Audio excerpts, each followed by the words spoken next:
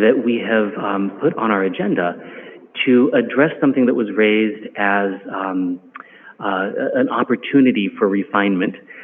This gets us a little bit ahead of the Appendix A process, but I think it's timely given what we've seen recently.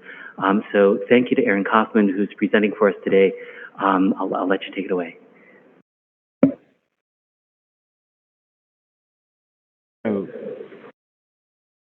Hopefully we have plenty of time for discussion and questions.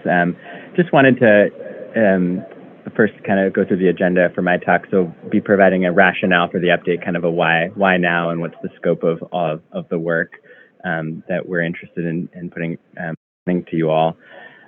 Before that, I'll briefly review sort of the current state of the VHF and patient placement recommendations that we currently have in Appendix A, in case some of you haven't seen that recently or need a refresher. And then what I was going to do is review some of the considerations and how we've thought through some of the IPC recommendations and patient placement recommendations for a number of select high consequence pathogens that are not Ebola, and in particular, in kind of thinking about which ones we were interested in covering and what would make the most sense, given kind of the status of Appendix A.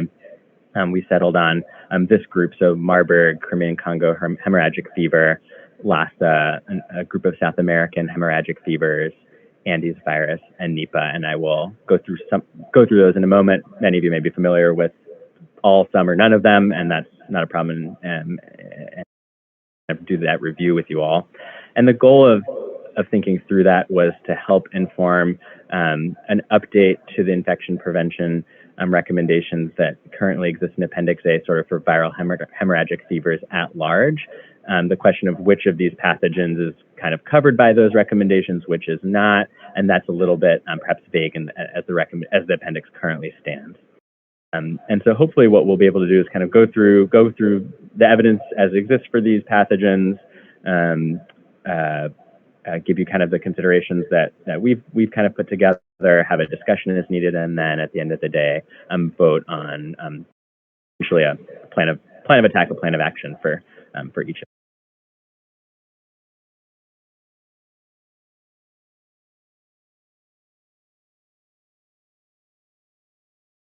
I don't know if I can.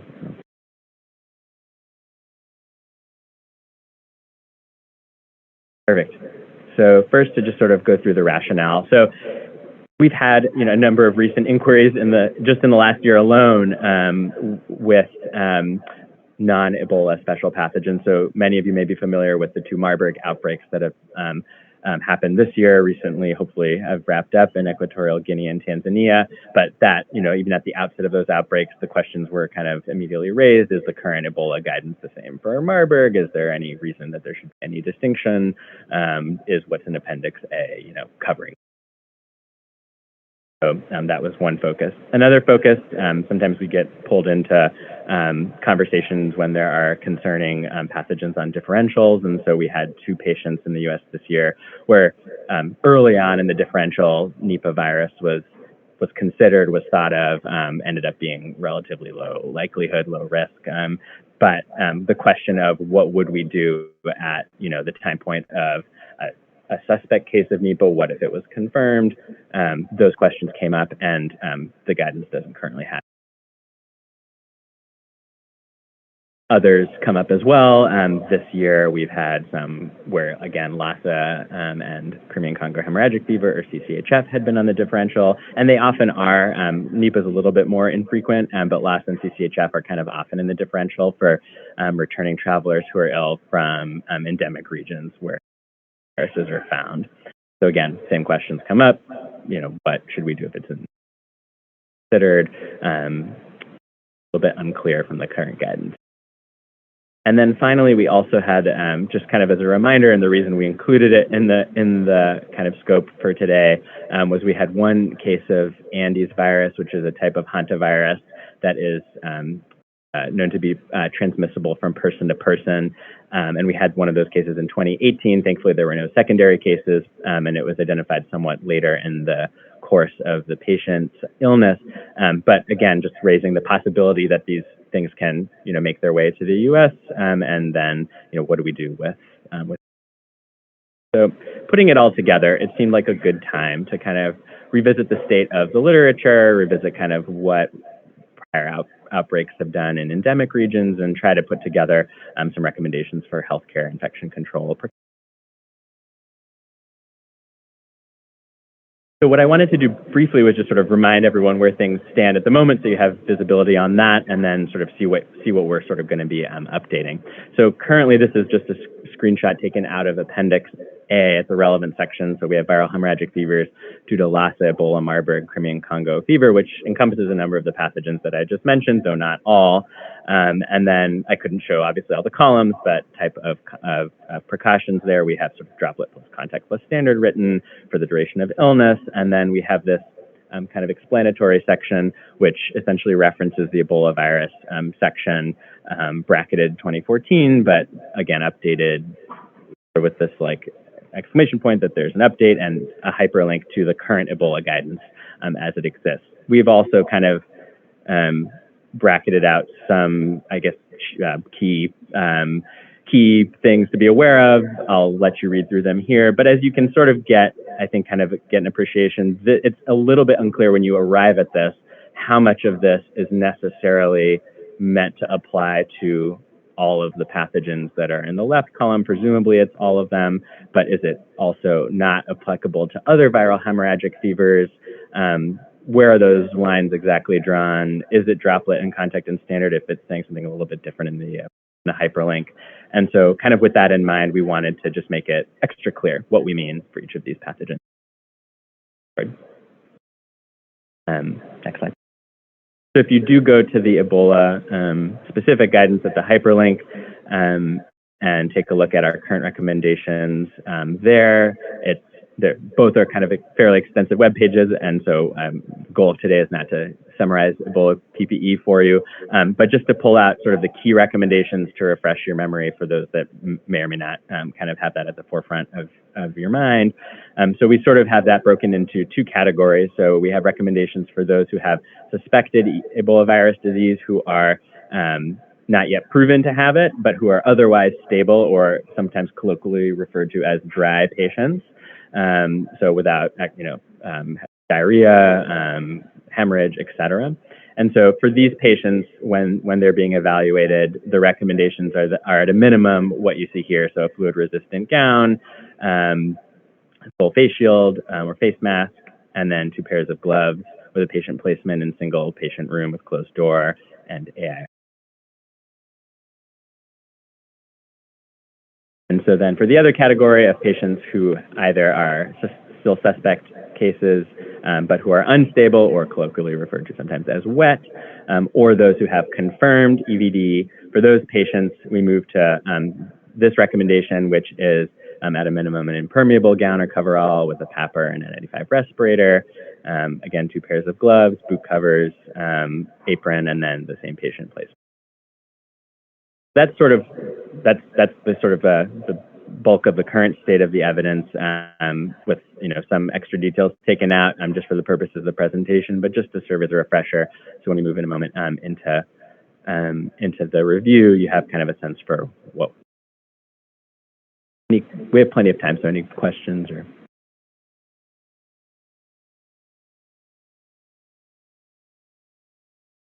I think just a question on the clarification. It's very, very small, but the gloves on the 3 things you've shown in Appendix A, it says single pair. Dry patient says 2. Yep. And this one says, I think, 1 from the way it's written. 2, yeah. So, well done. Correct. And that is another point that we want to clarify. So in the Appendix A, that screenshot, what we would be proposing, which you'll see later on, is essentially for that rightmost column to just say, go to the Ebola guidance, somewhat outdate.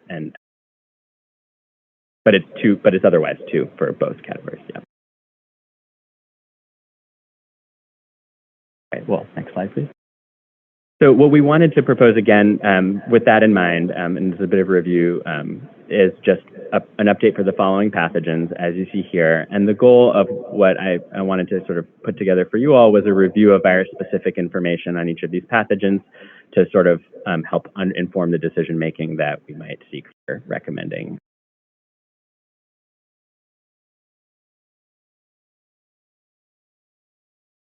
So the first one that we wanted to do today was Marburg. So again, maybe review to many of you, so apologies if so, but just kind of very briefly, clinical illness, very similar to Ebola virus disease, febrile illness that can progress initial flu-like prodrome onto a quite severe illness with multi-organ failure, massive hemorrhage, and death. The mortality is variable depending on the outbreak, but at a minimum 23%, all the way up to 90%. Unlike for Ebola, there's no vaccine or approved treatments available. Somewhat more infrequent in terms of outbreaks, since its discovery than Ebola. In this last outbreak in Equatorial Guinea and Tanzania, remdesivir was used as treatment. The efficacy is somewhat unclear, but that's kind of a relatively new phenomenon in terms of Marburg.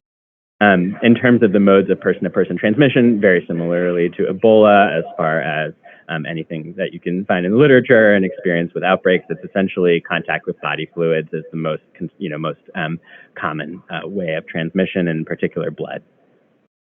In terms of body fluids and where has the virus been found, it's in the case of Marburg, it's been isolated from essentially all body fluids at different stages of illness, but blood, urine, throat, and then liver biopsy on autopsy, even in the eye, anterior chamber, and others.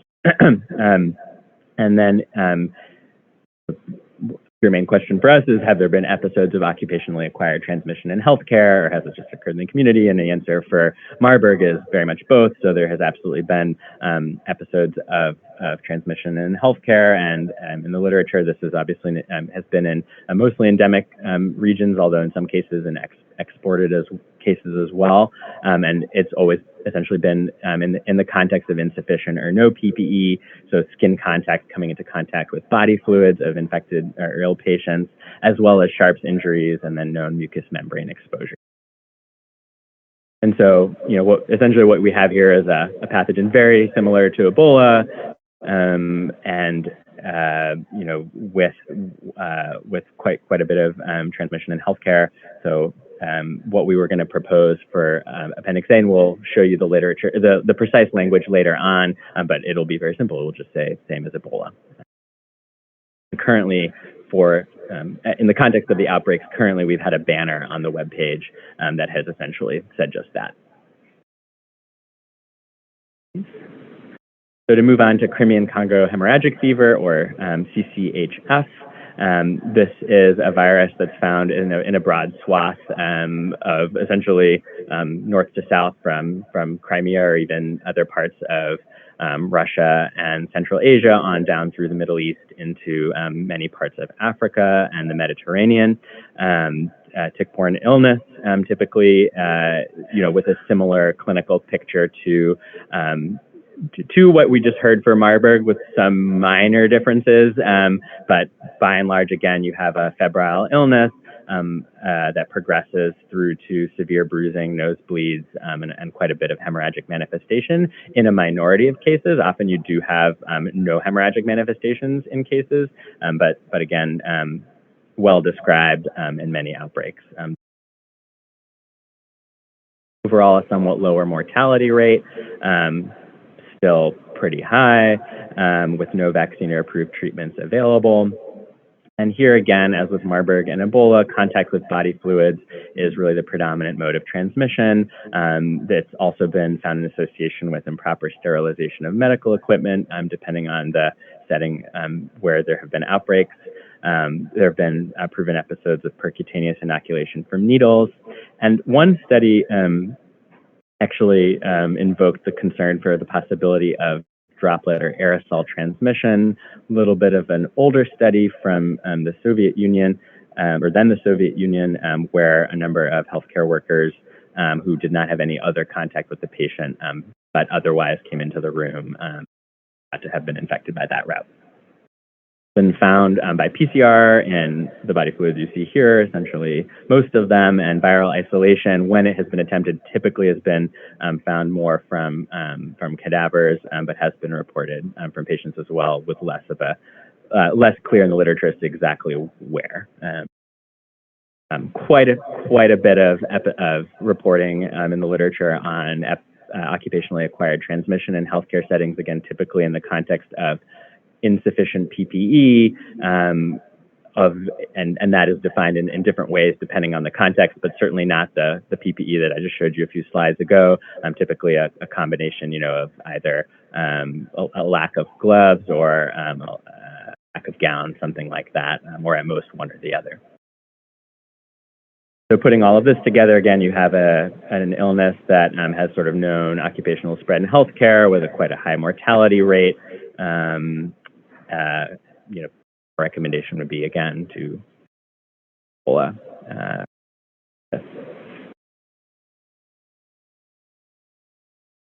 So Lassa fever, a rodent-borne virus that's endemic to parts of West Africa.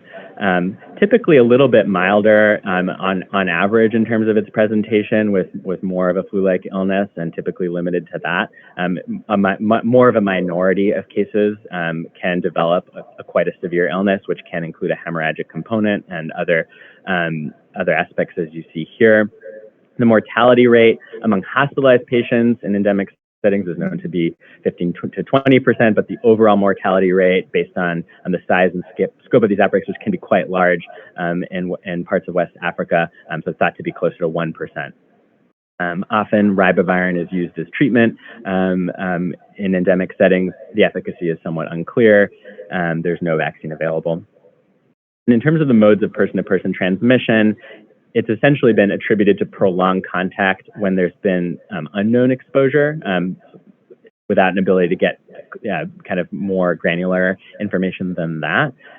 Earlier outbreaks closer to the time of the virus's discovery had thought to implicate respiratory droplet or aerosol spread. It was sort of invoked, but the source was ultimately unknown, and it was a little bit hazier, a little more unclear.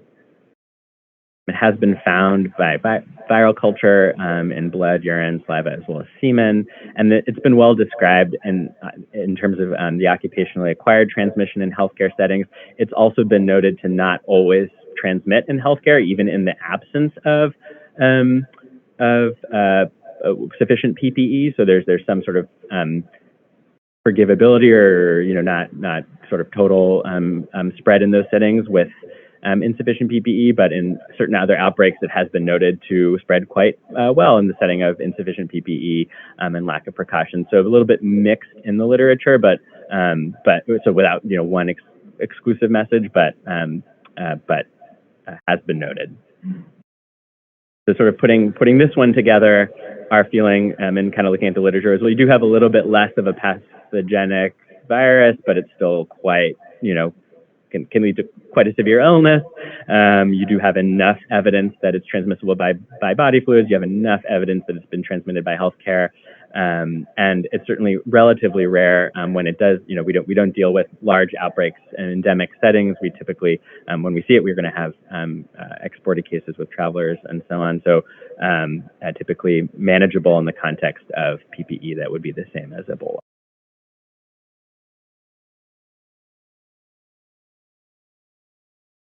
So then to go into the group of viruses termed the South American hemorrhagic fevers, the 5, apologies for the small font here, just trying to fit it all on one slide for digestibility, but the 5 that we wanted to focus on that are sort of the 5 most common in this group and sort of put together are Junin, Machupo, Chapare, Guanarito, and Sabia, that are responsible for hemorrhagic fevers, depending on essentially the country or region of origin. So Junin for Argentina, Machupo for Bolivia, Chapare is known as Chapare hemorrhagic fever, but also found in Bolivia, Guanarito in Venezuela, and Sabia in Brazil. These are all arenaviruses and rodent-borne initially in their transmission from rodents to people. But well, I guess in a moment we'll get to the person-to-person aspect, but there is that aspect as well. Clinically, these are all similar with a number of minor differences. They all have a flu-like illness. Some have a little bit more neurological or hemorrhagic manifestations than others.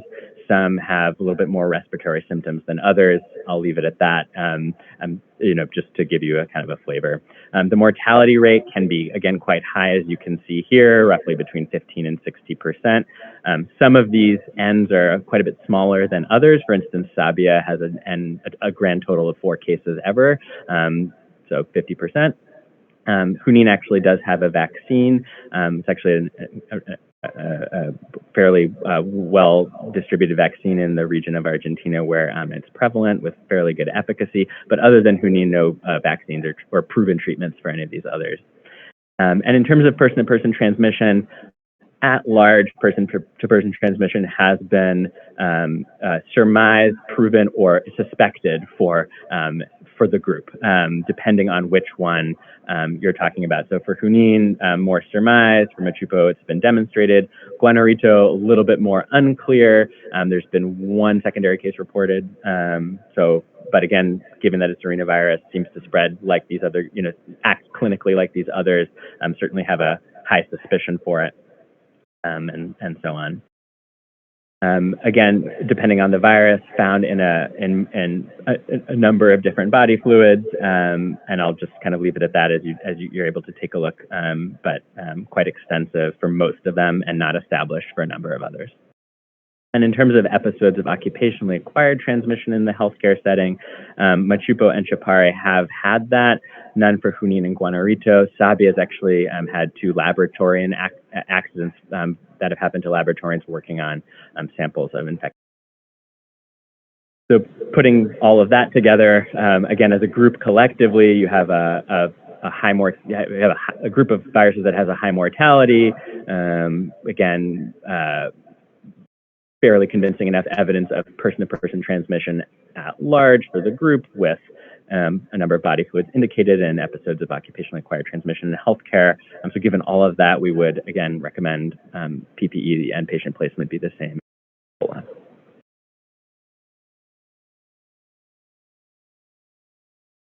So getting into Andes virus, so again, Andes virus is a type of hantavirus that's transmissible person to person, thought to be really the only one that's proven to do it, or particularly well proven to do that.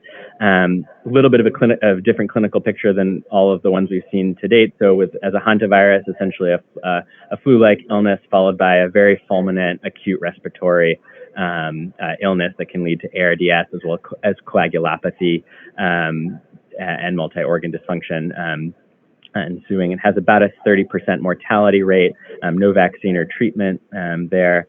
And person-to-person transmission is quite well documented, particularly among those with close contact and prolonged contact to case patients, and usually in endemic settings, so be it Argentina or Chile. It's been found by PCR, certainly in most body fluids, including respiratory samples. Really haven't seen a whole lot in terms of attempts at viral isolation in the published literature. And then has also been implicated in occupationally acquired transmission in healthcare, typically, again, in the setting of no or incomplete PPE. And here, really, it's the absence of, seems to be the absence of face mask or respirator, but mostly face mask. That's what's involved there. So here, the recommendation that we were going to propose is a little bit different. The spread here being mostly thought to be in the droplet to airborne continuum, perhaps more on the droplet side, but not particularly well established in any case. The goal, so with that, the thought was to have a gown, a single pair of gloves, a respirator, more out of an abundance of precaution given the high mortality rate and some of the uncertainty exactly around the transmission dynamics in terms of the respiratory spread, and then as well as eye protection and patient placement in an. And that would be stipulated to be specific to this one type of hantavirus, obviously to all the others.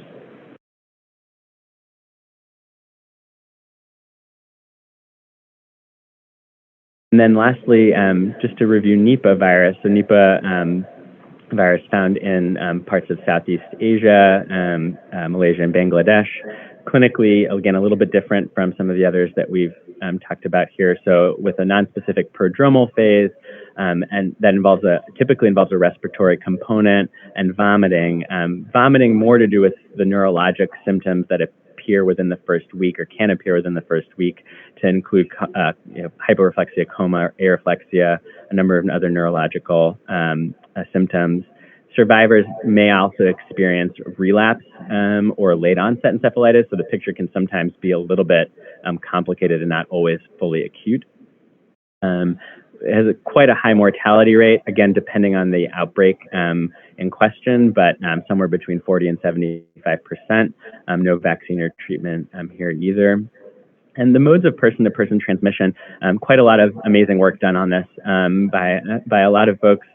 It appears to be contact with body fluids, and really particularly respiratory secretions have been singled out, particularly in the last few years as high-risk factors, along with just prolonged exposure to patients, and then prolonged exposure to those with respiratory symptoms and those who are older and thought to have a higher viral load and thought to be transmitting a higher viral load. Just to note here, there's some uncertainty in the literature, perhaps not fully established, whether the variant or whether there is truly a difference in the infectiousness of the Nipah virus found in Bangladesh compared to the one in Malaysia. Some debate in that, and just to say that that's something to just be aware of. Probably wouldn't affect the recommendation here. Has been found in, again, quite a number of body fluids, respiratory samples in particular, along with viral culture positivity from throat and nasal swabs, as well as urine. And then here as well, again, depending on the outbreak, either quite a bit of nosocomial or transmission occupationally to healthcare workers, or in some cases, not a lot. So still a lot to be learned, but at large, yes, has been proven to spread in healthcare. And so the proposal that we wanted to put before you all here today was, if the patient is clinically stable without vomiting, vomiting being really the main sort of wet symptom in quotes, and you have a suspect case, you haven't yet had laboratory confirmation. So here we were going to sort of mimic what the dry guide, the type of logic that goes into the sort of dry guidance for Ebola would be. So it would be gown, single pair of gloves, a respirator, and eye protection. If there was clinical instability, so again, still a suspect case, has not been proven, or if it's been confirmed as Nipah regardless of symptoms, here we would essentially have same as Ebola, wet precautions.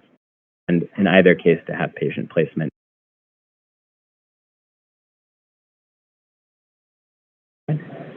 And just, I meant to show this earlier, sorry. So this was just a visual depiction for those that are a little bit maybe not as familiar with Nipah, which was me before this review. So just to show one kind of amazing image, the number one there, what it's showing you is a hallway, and number one is a patient in the cot in the hallway, and this was during a recent outbreak. The patient was waiting to get into that white, the room that is that white box on the left, which was the CT scanner room, and was waiting for a number of hours in the hallway.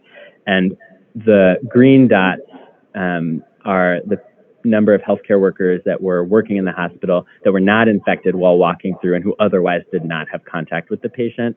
The other red dots that have numbers in them are healthcare workers who were confirmed by camera. So this was actually done like a retrospective look to see who was there and who later developed Nipah. And this was their only known interaction with the patient, and they simply had walked by. There was no care provided beyond.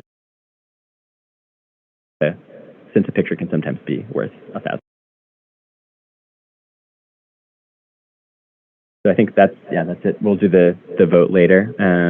But I'm happy to open up for discussion or questions now, if there are any. Thank you all. Colleen was fast on the draw.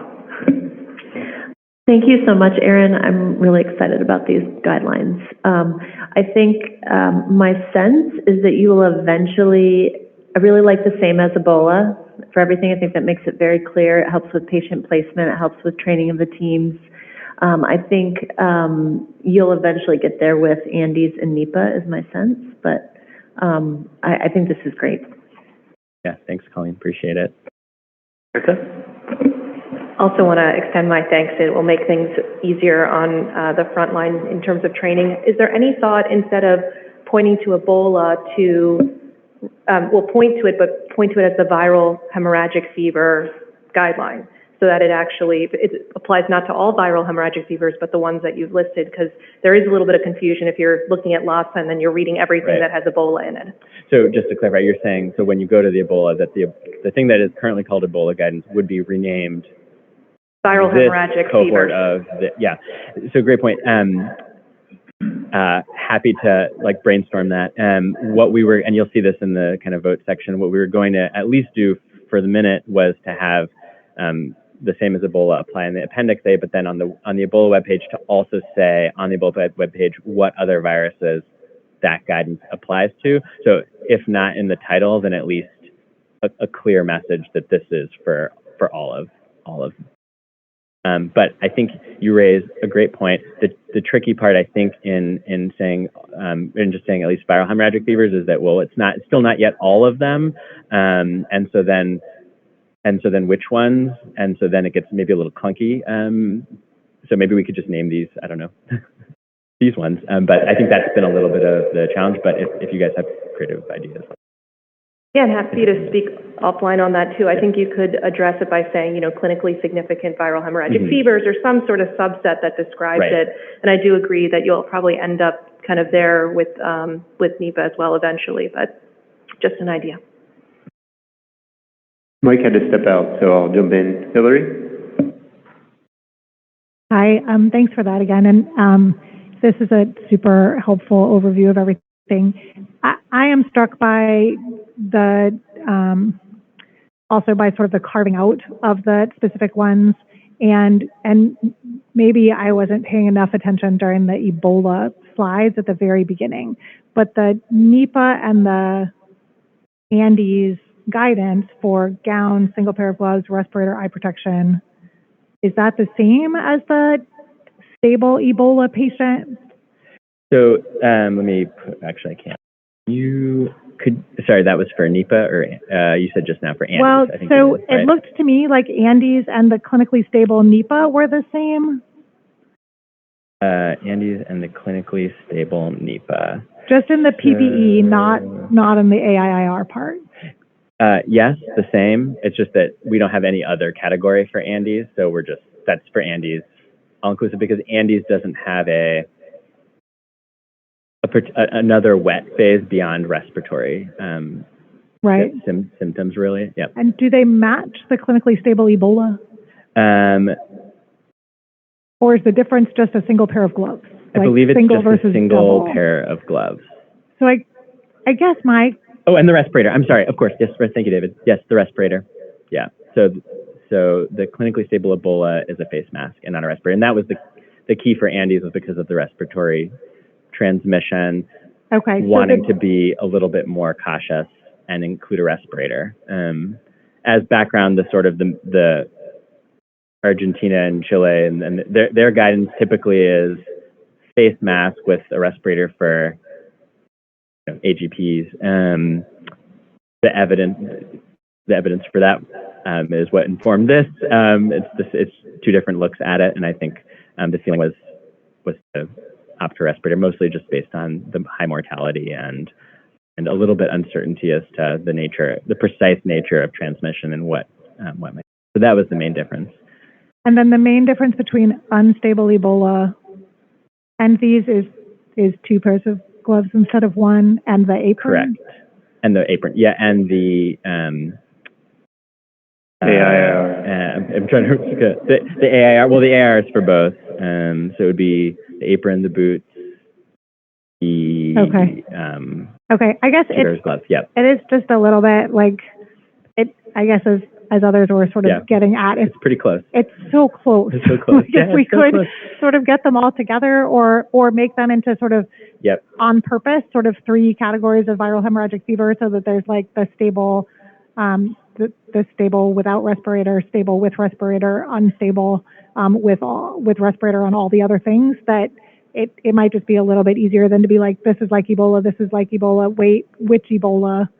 Because is it the stable or the unstable, or is it both? Well, so to clarify, just within that, for same as Ebola, we mean like unstable, dry, unstable. like same, right? Because all of those have a dry and a wet. I'm sorry, stable and unstable. So that's okay. But that would be clarified bidirectionally. So when you're here, if you are Ebola or any of these other illnesses and you are stable. Yeah. I just kind of like the idea of having like 3 viral hemorrhagic fever categories and then putting each one of these into the right category. So you're saying stable, unstable, and then essentially other, is that? And sort of a stable respiratory. Stable respiratory, got it, okay. So that would be basically Andes would be in that camp. And then. Yes, and Nipah? Nipah would be. Nipah without vomiting? Would also be in the stable respiratory category? Yeah, I think that would be it. It's just a thought, yeah, to try to make it a little bit simpler for the reader. Yeah, I mean, I think that's any other. Yeah, I have a few comments on that. I don't think Nipah should be like Andes. I think if we want to put Andes into like a hantavirus category, because I realize that it's just got the respiratory or like respiratory viral hemorrhagic fever category rather than an other. And then I agree with Hillary's scheme of naming. And I would keep Nipah, since Nipah has like a wet and dry phase, I would keep it. Well, you already know how I feel about it. I think you'll eventually get to same as Ebola. But if you're going to do it different, wet Nipah, dry Nipah, then, you know, how you're doing it. I mean, it's essentially at Ebola with the exception of the unstable.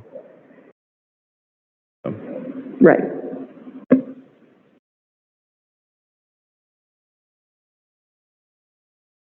Just had one more clarification. So part of the wet, dry also revolves around whether they're suspected or confirmed.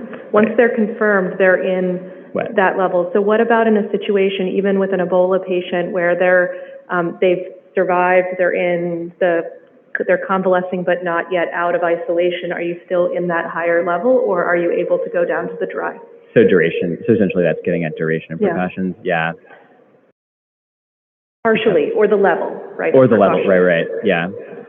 I think it's not something we have discussed on its own as part of the review, but I mean, at least thinking through the other hemorrhagic fevers that we're recommending, same as Ebola, enough of them act similarly enough in that regard that would seem to make sense. I think with, and then with Andes, it would be, I guess it's just one category. So Andes is just Andes. And then, for Nipah, really, I mean, there's really not a lot of evidence for Nipah on that question, particularly, for instance, with like survivors who have a relapse later on, even if they defervesce and then have a relapse, or look dry and then dry, and then have like a later onset colitis. So I think that for the ones that we're saying same as Ebola, I think we would feel comfortable with that. I think for the others, I think Andes would essentially be in its own category for that, and I think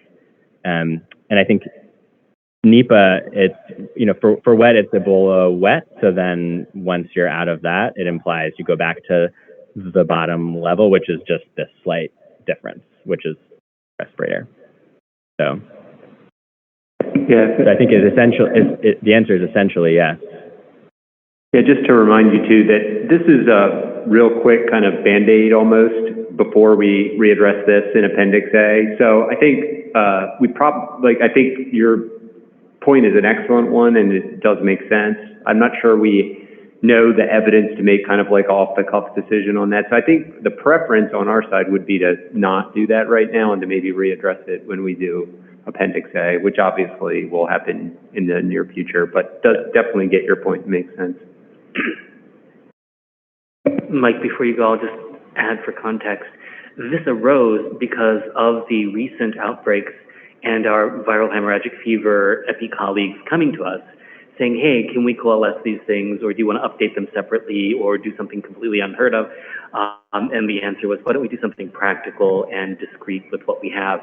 So it is sort of a response to the agency need. It's not meant to, drive around or avoid the appropriate process with Appendix A update. The other thing that I'll just add as I'm listening, I'm thinking a lot about, how many of these are we likely to see? And how much sense does it make to have lots of coming and going of levels of care versus just, put them in, leave them until they're done, and you're going to get one every 10 years or every 20 years. There's that calculus as well from a very practical perspective. So, I think as we do Appendix A, there will be an opportunity to add that kind of thoughtfulness of, what are you asking people to do, really? Because it's very different from doing something with MRSA, for example, versus something like an arenavirus that you rarely if ever see. Mike? Thanks for the presentation.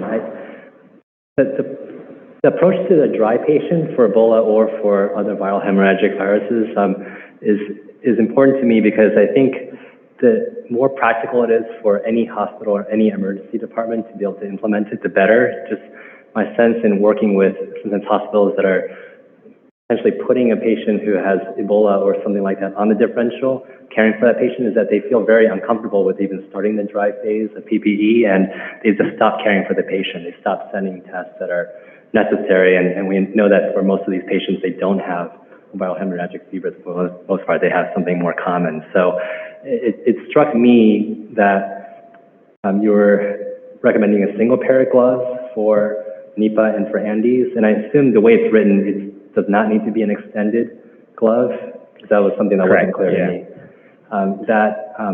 Might there be an opportunity to readdress the dry PPE for Ebola patients to make it more pragmatic if there's an opening to revisit all this? In other words, do we need extended gloves? Is that something that people need to be trained on or are comfortable with, et cetera? The more complicated we make it, the less, in some ways, the poorer care the patients will receive. Yeah, I mean, I totally appreciate the sentiment. I think, our goal was to try, as Mike said, to try to help address these, at least within the existing Ebola context as it is. The refining of that as sort of the centerpiece of so much of what we think about for special pathogens, I think, is probably a separate discussion, and would probably involve like our NETEC colleagues and so on to think about as well. But I think appreciate the sentiment. I certainly think part of what informed our desire to at least start spelling this out and make it clear was to make everyone feel more comfortable with what we're doing and why we're doing it, and particularly because for instance, for the 2 Nipah cases we had, I think that off the bat the question was the likelihood was felt to be quite low, but they couldn't entirely, we couldn't necessarily entirely rule it out. So what to do in that setting and to feel like we're doing the right thing. So completely agree with that sentiment. I guess if you can then clarify, I might clarify then single pair of standard gloves is allowed, since there's so much analogous or references to Ebola that it makes it unclear to me when I'm reading it what kind of gloves are needed. Holly? I'm going to provide the counter argument. So I think we don't have enough study of this. I mean, I think many groups are working on this, including in North Carolina, about high reliability personal protective equipment. So I think I'm also going to call you out as being a physician and not a nurse. And so I think when we think about we want high reliability for the protection of our healthcare workers, I think trying to figure out, does that matter if it's standard and extended? I'm sure this is way out of scope and I'm going to get shut down. But I think there's a practical aspect of what we can do in a setting, in clinical setting. There's the practical aspect of when they suspect Nipah and not confirmed Nipah. And then there's the aspect of, I don't want anybody anywhere to ever get this from an occupational setting. And so I think one of the things, and again, you can shut me down, Mike Bell, if you want, is that we need to be thinking about, like in some areas of our hospital, we have 75 to 90% turnover of our staff. And so what does that mean when you are asking them to do a high reliability function in personal protective equipment, making sure that the way that we view that is in that way. So, and then I can just have Jill Morgan on my shoulder here who's saying, well, doctors can just wear a single pair of gloves because they don't do anything. But in nurses who have to be in it to win it, in terms of their care of the patient, there's a lot around sort of what makes the most sense so that nothing gets to these health workers? That's maybe it's the same thing, complementary. Yeah, I think that was complimentary, and I would never shut you down, Colleen. I do think that it makes sense, though, to flag something that I was saying offline to Alex, and that as we look through these, especially for the official Appendix A process, we have a lot of mortality data that reflects care in extremely resource-limited locations. And so those mortality numbers don't really translate to what we see here. By the same token, a lot of what is practiced in those locations where the data come from are not nearly as involved or contact prone as the type of intensive care that we provide now in this country. And so I would just, flag for us that whether it's gloves or anything else, we need to be thinking about mapping to what we expect our staff to be doing for these patients, even if it doesn't necessarily match some of the field evidence that's been published, because it's often very, very different. And the last thing, that reliability piece. There's one thing to have a team of constantly trained, extremely confident individuals who do this thing all the time. And then there is something else when you're having a wide array of staff engage in a care process who don't have that degree of experience. And, I think the easy parallels here are surgical procedures, where, you might do one thing if it's the world's expert using robotic surgery or whatever, but if it's a routine thing where a lot of junior staff are coming in, you might have a different approach. And I think that's kind of related to this as well. So, just thinking about the user end of this, I think is important.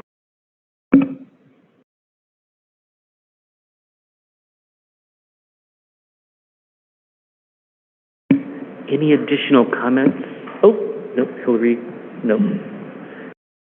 We're good. Last thing, as long as I have my microphone on, and that is kind of where I think you've been going in the conversation, especially with Hillary's input, but the move away from, dozens of different recipes for isolation practices and simplification into a handful, maybe at the most 2 handfuls, but not something different for everything on Appendix A.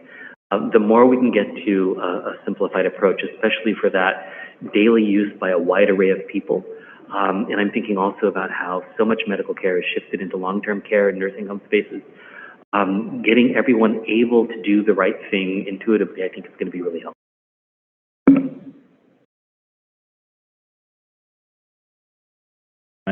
Thanks, Aaron. Thanks, Mike.